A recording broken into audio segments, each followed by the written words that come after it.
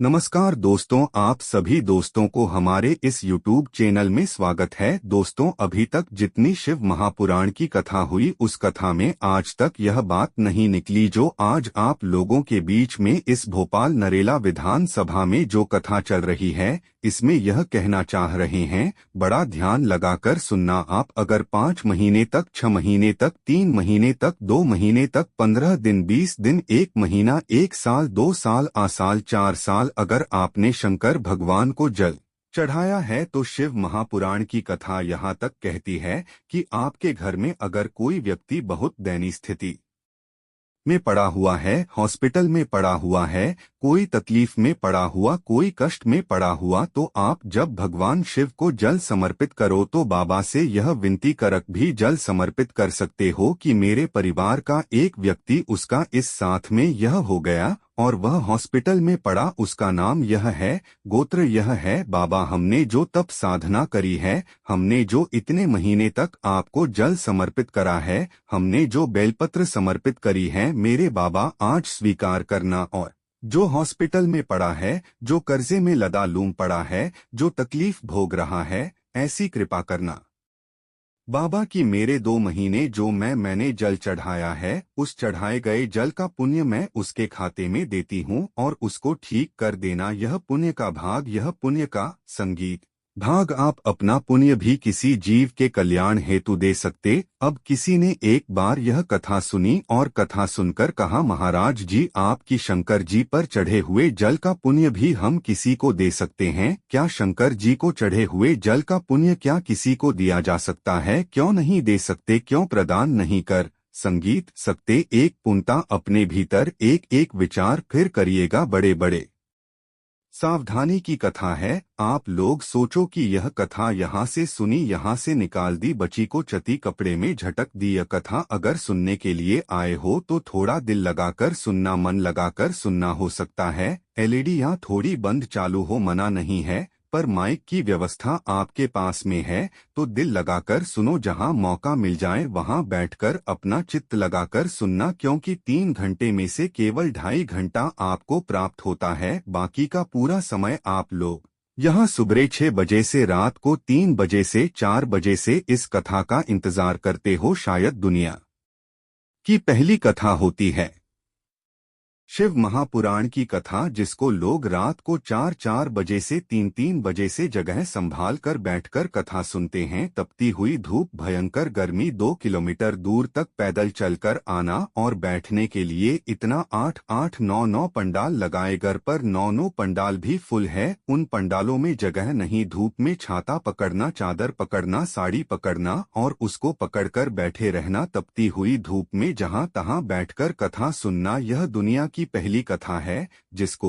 लोग कभी भूल नहीं पाएंगे कि इतनी धूप में भी लोग कथा सुन इतनी धूप, इतनी संगीत कर, और केवल एक जगह नहीं जहां शिव महापुराण की कथा का रतत्व होता है, वहां लोग इंतजार करते हैं। 3-3 बजे तक इसको छूटने मत देना। संगीत करण शादी में गए हो, 500 का लिफाफा दिया है तो भोजन कर कर जरूर जाना, और कथा में धूप में चलकर आए हो तो भले आधे घंटे की सुनना, पर कथा में दिल लगाकर जरूर जाना। दिल लगाकर चित्त लगा। आप अगर एक लोटा जल भगवान शिव को समर्पित कर रहे हो, आप एक बेलपत्र भगवान शंकर को समर्पित कर रहे हो, आप एक शमी का पत्ता भी भगवान शंकर को समर्पित कर रहे हो, आप भगवान शंकर का पंचानंद स्नान करा रहे हो, आप भगवान शंकर के मंदिर का शिखर दर्शन कर रहे हो, आप भगवान शंकर के मंदिर में जाकर झाड़ू लगा रहे हो, पोछा लगा रहे हो, सफाई कर रहे हो, तो भी तुम्हारी चित्तवृत्ति में रहना चाहिए कि जब किसी पर दुख की घड़ी आए, किसी पर तकलीफ आए, किसी पर कष्ट आए, हमारा करा गया पुण्य हम उसके खाते दे सकते। हम अपने पुण्य को दूसरे के खाते में प्रदान कर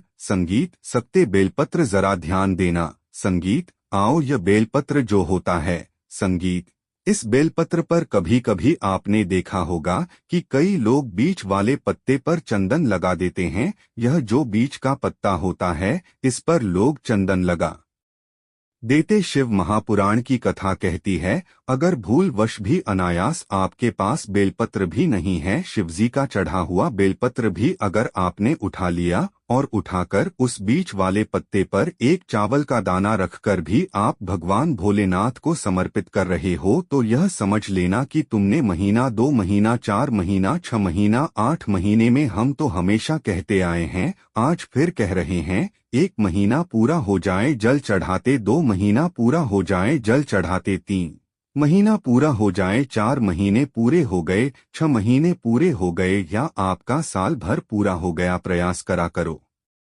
एक पत्ते पर एक चावल का दाना रखकर जी को समर्पित करना, क्यों? जो तुमने पूर्व में जल चढ़ाया है वह चावल का दाना अक्षय, उसको अक्षत माना जाता है। अक्षय माना जाता है मतलब तुमने अभी तक जो जल समर्पित करा है वह कभी समाप्त नहीं हो सकता, उसका पुण्य तुम्हारे खाते में चले गया, अब तुम उसको किसी को भी प्रदान कर सकते। संगीत। बहन भाई को तिलक करती है, रक्षाबंधन पर माथे पर तिलक लगाने के बाद में चावल लगाती कि नहीं लगाती? बोलो, जम के बोलो, जरा लगाती है, बोलते जाओ, जरा लगाती है। ठीक है, मंदिर में आप पूजन कर रहे हो, घर में कोई अनुष्ठान कर रहे हो, पंडित जी तुम्हारे मस्तक पर तिलक करते हैं, तो चावल लगाते कि नहीं लगाते? बोलो बोलो, जम के बोलो, लगाते हैं। तुम्हारे घर में शादी ब्याह होता है तो तिलक करा जा, तो चावल लगाया जाता कि नहीं लगाया जाता? लगाया जाता। सब समय पर चावल, मस्तक पर कंकु का तिलक, चंदन का तिलक, जो भी तिलक तुम्हारे मस्तक पर लगा है, कोई अगर लगाएगा शुभ कार्य में तो चावल जरूर लगाएगा। बस एक कार्य ऐसा होता है जिस समय पर मस्तक पर तिलक करा जाता है पर चावल नहीं लगाया जाता। संगीत। प्रशंसा। एक समय ऐसा होता है जिस समय तिलक करा जाता है पर चावल नहीं लगाया जाता। चावल का मतलब है अक्षय, मतलब बार बार भगवान ऐसा मौका लाए, बार बार भगवान ऐसी कृपा करें कि तुम ऐसा अनुष्ठान करते रहो, पुण्य करते रहो, सत्कर्म करते रहो, 16 सोमवार के व्रत करते रहो, चतुर्थी के व्रत करते रहो, तुम छठ की पूजन करते रहो, 30 का व्रत करते रहो, सोमवार का व्रत करते रहो, तुम्हारे घर में हमेशा ऐसे शुभ कार्य होते रहे। केवल अक्षय, अक्षत एक जगह पर नहीं लगाया जाता। कब नहीं लगाते? अक्षत को मस्तक पर तिलक करते समय अक्षत कब नहीं लगाया जाता? केवल एक समय पर। कब? जब घर में कोई शांत हो जाता है, और शांत होने के बाद जब मस्तक पर पगड़ी का क्रम होता है, उस पगड़ी के क्रम पर तिलक तो लगाया जाता है पर चावल नहीं लगाया जाता। भगवान से प्रार्थना करते हैं, यह बार बार मौका मत देना, जो हो गया उसको समा, ऐसा मौका बार बनना दीजिए। हाँ, पगड़ी पर से उठ गए, अच्छा काम करने के लिए मंदिर जा रहे हो, स्थान छोड़ने के बाद आप तिलक लगाओ और उसमें चावल ढेर सारा लगाओ, कोई मना नहीं, पर अक्षय, उस अक्षत की महत्वता को समझना कि उसको बारंबार प्राप्ति ना हो, ऐसे कार्य की प्राप्ति ना हो, अच्छे कार्य की प्राप्ति, श्रेष्ठ कार्य की प्राप्ति, शुभ कार्य की प्राप्ति। अगर मौका मिले तो एक बार भविष्य पुराण, और एक बार मौका मिले तो कुर्म पुराण, और एक बार मौका मिल जाए तो नंदी पुराण, ये 3 पुराणों का स्मरण करना।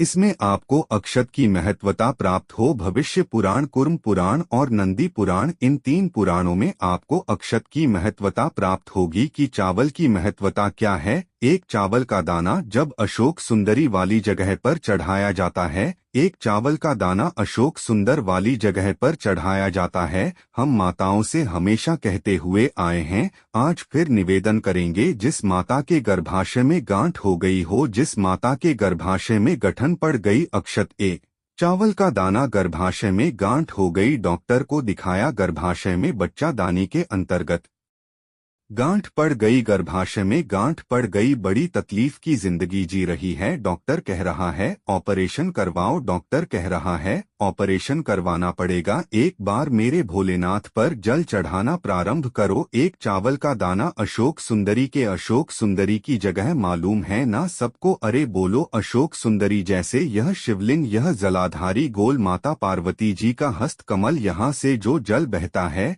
इधर गणेश जी का सीधे हाथ पर स्थान, इधर कार्तिकेय जी का स्थान, बीच में मोटी सी लाइन होती है, शिवलिंग के सामने वो अशोक सुंदरी का स्थान, कई बार वहां सांप बना होता है। कई बार अशोक सुंदरी का स्थान बना होता है। यह शिवलिंग पार्वती जी का हस्तकमल, गणेश जी का स्थान, रानंद कार्तिकेय जी का स्थान, बीच में अशोक सुंदरी का स्थान, ऊपर से जो बूंद बूंद पानी गिर रहा है वह शंकर भगवान की 5 लड़कियां जया, विषहरी, बारी, दौत और देव, ये शंकर जी की 5 बेटियां ऊपर से जल गिरा रही है। तो अशोक सुंदरी वाली जो स्थान होता है, जब आपके गर्भाशय में या शरीर में पुरुष हो, स्त्री हो, जिसके पूरे शरीर में कहीं पर भी गांठ पड़ गई हो और गल ना रही हो एक चावल का दाना। तो दोस्तों आज की वीडियो यही तक समाप्त करते हैं, फिर मिलते हैं नए एपिसोड में। धन्यवाद।